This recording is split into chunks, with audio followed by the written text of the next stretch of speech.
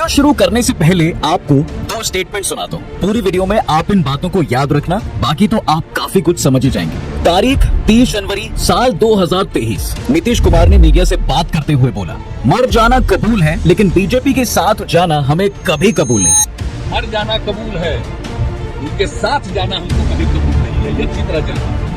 अब आता है अप्रैल 2023। अमित शाह बिहार में एक रैली में कहते हैं, स्पष्ट कह देता हूँ, नीतीश के लिए भाजपा के दरवाजे हमेशा के लिए बंद हो चुके हैं। तो मैं बिहार की जनता को स्पष्ट कह देना चाहता हूँ और लल्लन बाबू को भी स्पष्ट कहना चाहता हूँ, आप लोगों के लिए भाजपा के दरवाजे हमेशा के लिए बंद हो चुके हैं। अरे रुको जरा, ये भी सुन लो जो कि खुद पीएम मोदी और चंद्रबाबू नायडू ने ही दी है। 11 फरवरी 2019 को आंध्र प्रदेश की एक रैली में पीएम मोदी ने कहा, मैं हैरान हूँ, आखिर मुख्यमंत्री यानी चंद्रबाबू नायडू को हो क्या गया है। वो बार बार याद दिलाते हैं कि वो मुझसे बहुत सीनियर हैं, इसमें क्या विवाद है। आप सीनियर हैं दल बदलने में, आप सीनियर हैं अपने खुद के ससुर की पीठ में छोरा भोंकने में। अब तारीख आती है 3 अप्रैल 2019। आंध्र प्रदेश की एक रैली में चंद्रबाबू नायडू कहते हैं, नरेंद्र मोदी हार्डकोर आतंकवादी है। मैं पहला आदमी था जिसने 2002 की गुजरात दंगों के बाद उनका इस्तीफा मांगा था। ज्यादातर देशों ने उन पर बैन लगा दिया था। अब पीएम बनने के बाद वो फिर अल्पसंख्यकों को टारगेट कर रहे हैं। देखिए, कल तक नरेंद्र मोदी और बीजेपी के खिलाफ जहर उगलने वाले नायडू और नीतीश दोनों का रुख आज पलटी मारकर उन्हीं के खेमे में बैठे। कल तक जो नेता पीएम मोदी को कह रहे थे टेररिस्ट, जो नेता मोदी जी के साथ जाने से बेहतर मरना पसंद कर रहे थे, 2024 में उन्होंने बिना किसी हिचकिचाहट के बीजेपी के साथ प्री पोल अलायंस किया। और अब जब नतीजों में बीजेपी बहुमत से 32 सीटें पीछे रह गई तो दोनों किंग मेकर बन गए। लेकिन राजनीति में एक कहावत है साहब कि भारत की राजनीति में कुछ भी परमानेंट नहीं होता, और इन दोनों के इतिहास को देखते हुए एक सवाल जरूर आता है कि दोनों में से पहले पीएम मोदी को कौन धोखा देगा। चलिए जरा इसको भी समझ लेते हैं। इतिहास के पन्नों को पलटते हैं और जरा वक्त में पीछे चलते हैं नीतीश बाबू का इतिहास देखने के लिए। साल 1994 का था। 12 जून की सुबह पटना में मुख्यमंत्री निवास में धूप सेक रहे थे बिहार के तत्कालीन मुख्यमंत्री लालू प्रसाद यादव ने रोबदार आवाज में अपने सिपाही से पूछा, आया जी नीतीशवा, पता लगाओ कहाँ है। दरअसल इस दिन पटना के ऐतिहासिक गांधी मैदान में लालू के खिलाफ कुर्मी चेतना रैली होने जा रही थी। लालू को शक था कि नीतीश कुमार बगावत करके उस रैली में शामिल हो सकते हैं। लालू की टेंशन इसलिए बढ़ रही थी क्योंकि नीतीश की मदद से ही लालू प्रसाद राम समंदर दास को पछाड़कर 1990 में पहली बार मुख्यमंत्री बने थे। लेकिन अब नीतीश की राजनीतिक महत्वाकांक्षा जागने लगी थी। लालू को जिसका डर था वो अभी कुछ वैसा ही। दोपहर करीब 3 बजे नीतीश कुर्मी चेतना रैली के मंच पर पहुंचे और लालू को ललकारते हुए बोले, जो सरकार हमारे हितों को नजरअंदाज करती है वो सरकार सत्ता में रह नहीं सकती। हमें भीख नहीं हिस्सेदारी चाहिए। अब इसके बाद ही नीतीश और लालू का सालों पुराना रिश्ता टूट जाता है और यहाँ से शुरू होती है राजनीति में पलटने के लिए मशहूर नीतीश कुमार के बीजेपी से करीब होने की कहानी। यानी कहानी नीतीश और बीजेपी की दोस्ती की। नीतीश ने समाजवादी आंदोलन के बड़े नेता जॉर्ज फर्नांडिस के साथ मिलकर समता पार्टी बना ली थी। दूसरी तरफ 1996 में बीजेपी को भी सहयोगियों की तलाश थी। दोनों ने हाथ मिला लिया। अटल सरकार में नीतीश को रेल मंत्री बनाया गया। एनडीए की बदौलत ही नीतीश साल 2000 में पहली बार 7 दिनों के लिए बिहार के मुख्यमंत्री बने। 2003 में नीतीश की समता पार्टी और शरद यादव के जनता दल का विलय हुआ और नई पार्टी जनता दल यानी जेडीयू बनी। फिर जेडीयू और बीजेपी का गठबंधन बना। नीतीश 2005 और 2010 में बिहार के एक बार फिर से सीएम बनते हैं, यानी कि बीजेपी की एनडीए वाली सीएम। लेकिन अब आती है दोस्ती में दरार। पटना में साल 2010 में एनडीए गठबंधन की राष्ट्रीय कार्यकारिणी की बैठक हुई। बैठक में गुजरात के उस समय के मुख्यमंत्री नरेंद्र मोदी भी शामिल हुए। अगले दिन के अखबारों में बीजेपी ने नीतीश और मोदी की एक दूसरे का हाथ ऊपर उठाए फोटो को एडवर्टाइजमेंट के तौर पर पूरे पेज में छपवाया। नीतीश ने इस पर ऐतराज जताया और एनडीए के डिनर में भी शामिल नहीं हुए। उन्होंने यहाँ तक कह दिया कि वो 2008 के बिहार बाढ़ राहत के लिए गुजरात सरकार द्वारा दिए गए 5 करोड़ रुपए वापस कर देंगे। इसके बाद एनडीए गुजरात के उस समय के मुख्यमंत्री नरेंद्र मोदी को अपना प्रधानमंत्री कैंडिडेट अनाउंस करती है और इधर नाराज होकर नीतीश कुमार ने 16 जून 2013 को 17 साल से बीजेपी के साथ चला आ रहा गठबंधन तोड़ दिया। नीतीश ने उस वक्त कहा कि गठबंधन का नेता एक स्वच्छ और धर्मनिरपेक्ष छवि वाला होना चाहिए। आगे कहा कि मैंने जो बीजेपी पर भरोसा किया था वो अटल जी का युग था। अब पार्टी का नया अवतार हो चुका है। भरोसा किया था वो अटल जी का एरा था, अब अटल जी का एरा नहीं है, तब वो एरा समाप्त हो गया। अब आपका नया अवतार हो चुका है। नीतीश ने यह भी कहा, मिट्टी में मिल जाएंगे, भाजपा के साथ वापस नहीं जाएंगे। रहे या मिट्टी में मिल जाए, आप लोगों के साथ अब कोई समझौता भविष्य में नहीं होगा। हालांकि ये पहली बार था जेडीयू ने 2014 का लोकसभा चुनाव अकेले लड़ा और 2 सीटों पर ही सिमट गई। बीजेपी को 22 सीटें मिली। नीतीश कुमार ने हार की जिम्मेदारी लेते हुए सीएम पद से इस्तीफा दे दिया। इसके बाद महागठबंधन बना और नीतीश बिहार के फिर से मुख्यमंत्री बने और तेजस्वी बने उप मुख्यमंत्री। लेकिन इसके बाद 26 जुलाई 2017 को नीतीश कुमार महागठबंधन से अलग हो जाते हैं। रातों रात उन्होंने एनडीए के साथ मिलकर बिहार में सरकार बनाई और मुख्यमंत्री बनी। नीतीश के बीजेपी में शामिल होने के बाद लालू प्रसाद यादव ने कहा, नीतीश कुमार बिहार की राजनीति के पलटू राम हैं। उन्होंने फिर से साबित कर दिया कि वो सत्ता के लिए कुछ भी कर सकते हैं। वहीं पीएम नरेंद्र मोदी ने इस पर नीतीश कुमार को बधाई देते हुए ट्विटर पर लिखा, भ्रष्टाचार के खिलाफ लड़ाई में लड़ने के लिए नीतीश कुमार जी को बहुत बहुत बधाई। 125 करोड़ नागरिक ईमानदारी का स्वागत और समर्थन कर रहे हैं। देखिए, बीजेपी के साथ जाने का फायदा नीतीश कुमार को 2019 के चुनाव में भी मिला। उनकी पार्टी जेडीयू ने 16 सीटों पर जीत हासिल की, जबकि बीजेपी को 17 सीटें ही मिली। लेकिन अब हवा का रुख फिर बदलने वाला था। 2022 में अपने पटना वाले घर में जेडीयू विधायक दल की बैठक के दौरान नीतीश ने कहा कि बीजेपी ने हमें खत्म करने की साजिश रची। बीजेपी ने हमें अपमानित किया और लगातार पार्टी को कमजोर करने की कोशिश की। इसके बाद 9 अगस्त 2022 को नीतीश ने भाजपा के नेतृत्व वाले एनडीए के साथ अपना गठबंधन खत्म कर दिया। उन्होंने मुख्यमंत्री पद से इस्तीफा दे दिया।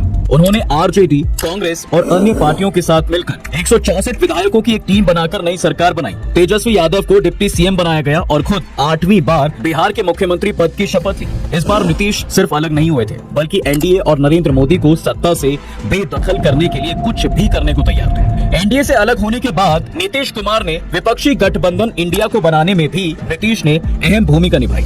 30 जनवरी 2023 को नीतीश कुमार ने मीडिया से बातचीत के दौरान कहा, मर जाना कबूल है, लेकिन उनके साथ जाना हमें कबूल नहीं है। अप्रैल 2023 में अमित शाह ने वही बयान दिया जो मैंने आपको वीडियो में शुरू में सुनाया था। लेकिन इन सब के बावजूद नीतीश ने एक बार फिर पलटी मारी। दरअसल नीतीश के इंटरनल सर्वे में उन्हें एनडीए के साथ चुनाव लड़ने में फायदे का पता लगा। इन तमाम समीकरणों के बीच नीतीश कुमार ने जनवरी 2024 में कांग्रेस वाले महागठबंधन से नाता तोड़ लिया। नीतीश कुमार ने कहा कि सब कुछ ठीक नहीं चल रहा था, इसलिए ये निर्णय लिया। थोड़ी परेशानी थी, हम देख रहे थे। हमने नया गठबंधन 1.5 साल से बनाया था, लेकिन इधर आकर हालात ठीक नहीं थे। सबकी बात सुनकर हमने फैसला लिया है। लेकिन लोकसभा चुनाव 2024 से पहले एनडीए में आना नीतीश के लिए फायदे का सौदा साबित होता है। उनकी पार्टी जेडीयू ने 12 सीटें जीती हैं, बीजेपी बहुमत से पीछे रह गई और नीतीश कुमार एक बार फिर से किंग मेकर बन गए हैं। एनडीए संसदीय दल की बैठक में नीतीश ने कहा, 10 साल से मोदी प्रधानमंत्री हैं, फिर से प्रधानमंत्री बनने जा रहे हैं। उन्होंने पूरे देश की सेवा की है, अब जो कुछ बचा है उसे भी वो पूरा कर देंगे। आप जो चाहेंगे उसके पीछे हम लोग खड़े रहेंगे। यानी अब एक बार फिर नीतीश कुमार मोदी जी को फुल बैक कर रहे हैं। लेकिन इस इतिहास से लगता है कि फुल बैक करने वाले नीतीश कभी भी बैक फ्लिप मार सकते हैं। खैर, अब नीतीश बाबू से बाबू यानी चंद्रबाबू नायडू की तरफ चलते हैं। देखिए, चंद्रबाबू नायडू की राजनीतिक पारी 1970 के दशक में कांग्रेस के साथ शुरू हुई थी। इसके बाद कॉलेज के दिनों में नायडू नेशनल यूथ कांग्रेस से जुड़े। 1978 में कांग्रेस के टिकट से चंद्रगिरी सीट से पहली बार विधायक बने।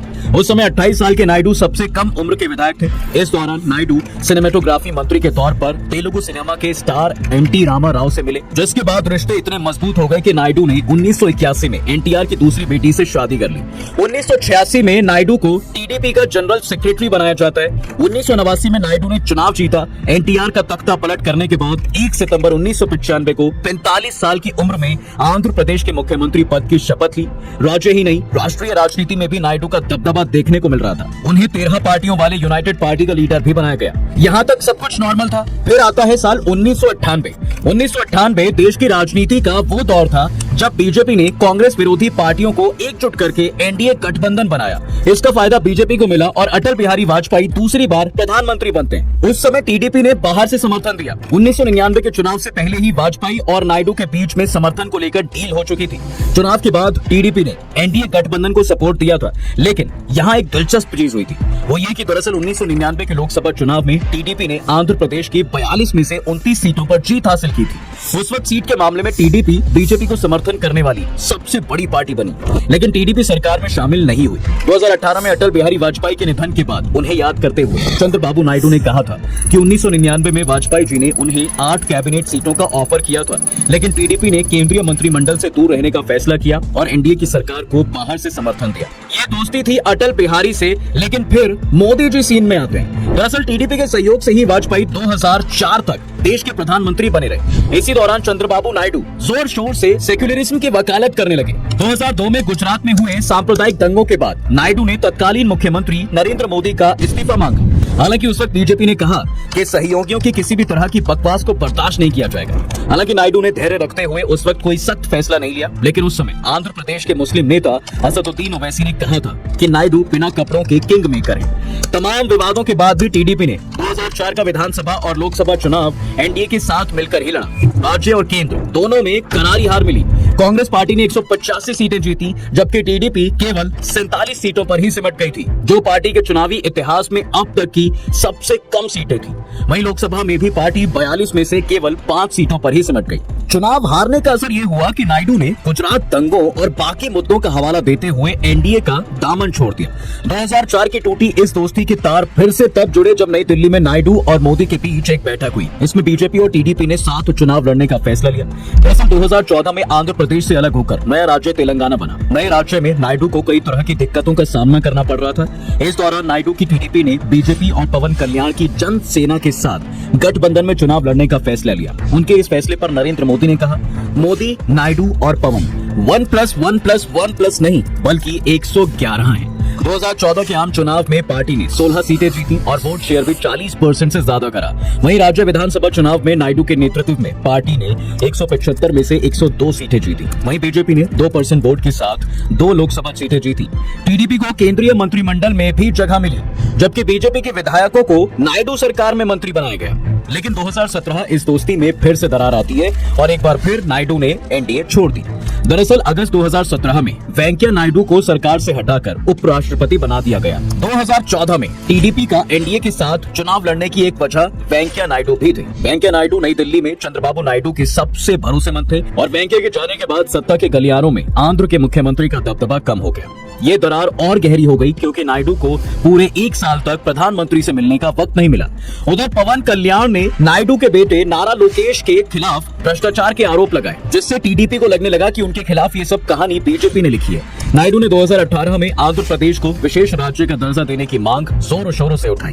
यहाँ तक कि मोदी सरकार ने अपने दोनों नेताओं को भी वापस ले लिया। आंध्र प्रदेश को विशेष राज्य का दर्जा नहीं मिलने की वजह से भी टीडीपी ने एनडीए गठबंधन से किनारा कर लिया। एनडीए से अलग होने के बाद टीडीपी ने मोदी सरकार के खिलाफ अविश्वास प्रस्ताव पेश किया। हालांकि ये प्रस्ताव खारिज कर दिया गया। 2018 में तेलंगाना विधानसभा में टीडीपी के महज 2 विधायक ही रह गए थे, जबकि 2019 के चुनाव में आंध्र प्रदेश में विधानसभा चुनाव में टीडीपी केवल 23 सीटों पर सिमट गई। जगनमोहन रेड्डी की सरकार आने के बाद टीडीपी राज्य में पंचायत, नगरपालिका, उपचुनाव समेत सभी चुनाव हार गई। इसके बाद 2019 की एक चुनावी रैली में 2002 गुजरात दंगों का जिक्र करते हुए नायडू ने वही कहा जो मैंने आपको शुरू में सुनाया। फरवरी 2019 में केंद्रीय गृह मंत्री अमित शाह ने कहा कि नायडू के लिए एनडीए के दरवाजे हमेशा के लिए बंद हो गए हैं। उन्होंने नायडू को यू टर्न सीएम करार दिया था।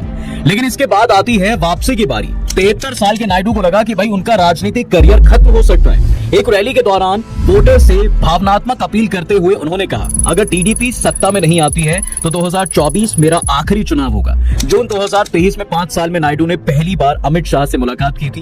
एक्टर से राजनेता बने पवन कल्याण ने भी मोदी और नायडू को साथ लाने का काम किया।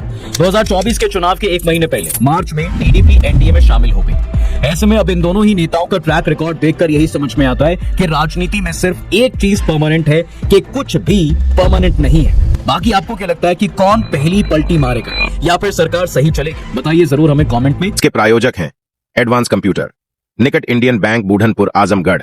यदि आप अपने बच्चे को कंप्यूटर की उत्तम शिक्षा देना चाहते हैं तो तुरंत संपर्क करें।